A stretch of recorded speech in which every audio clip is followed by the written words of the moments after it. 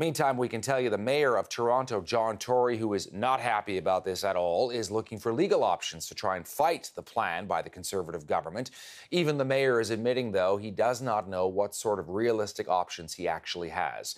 For some legal analysis of how this could potentially play out, John Mascarin is standing by in Toronto. He is a lawyer who specializes in municipal and local government. Great person to get on the program, John. Thanks for this today. Thanks for having me, Todd. So we've been talking about legal options, and John Tory, the mayor, has said a referendum as well. I mean, part of that is headlines, no doubt. But, I mean, realistically, what are the powers that he actually has to try and stop this, John? In my view, Todd, they're actually pretty minimal. Now, what hasn't gotten a lot of play here, because everyone will talk about the constitutional setting, and clearly municipalities are put under the wing, they're under the dominion of the provinces. Everyone knows that. But what people haven't been talking about is in the City of Toronto Act, legislation that was created by the province, it says the city and the province will have mutual respect for one another, will cooperate, and will also consult with one another, especially on matters of importance. What more importance could you have, other than perhaps doing away with the city, than to talk about its governance structure?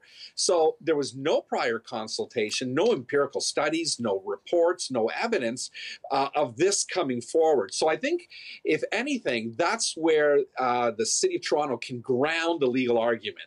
The second thing that it can argue, though, is forget the fact that there was no consultation, there was no reports, there was nothing to show that this was needed. What about effective representation? My understanding right now is that the City of Toronto's effective representation is in line with other major Canadian cities, Montreal, Calgary, Vancouver.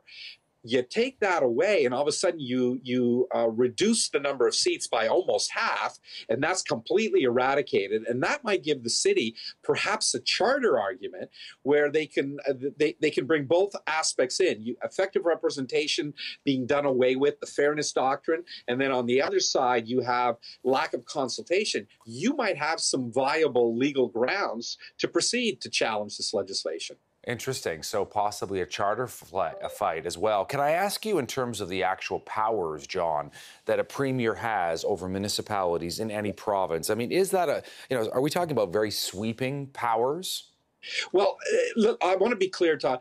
The premier himself or herself doesn't have those sorts of executive powers. The premier leads the government. And here in Ontario, we have a newly elected PC majority government.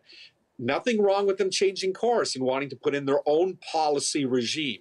There's nothing wrong with that. It's how you do it.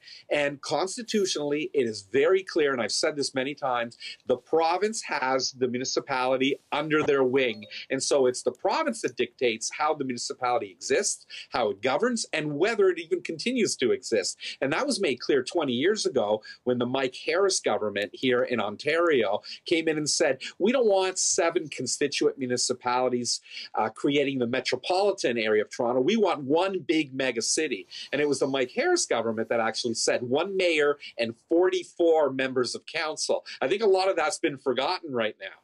One last thing, just quickly, John, while we have you. What about talk of a referendum? And again, it sounds great for people who are very angry about this, but I mean, is that realistic, feasible, legal? What do you think? It's legal. A municipality can certainly call a referendum and put it on the ballot. But I think Premier Ford has swifter action in mind here. I don't think he wants to wait around for any referendum. And I think, quite honestly, when you ask for a referendum, it's like trying to buy time. And I think that's what the Toronto's saying. Is saying, you didn't consult with us. At least let us have a referendum, and let's make it binding. And I don't think there's anything that says that the province has to accede to that. John, always good to have you with us here on CTV, and we appreciate you taking the time today to talk to us on this story. My pleasure, Todd. Thank you. John Mascarin, lawyer, joining us from Toronto.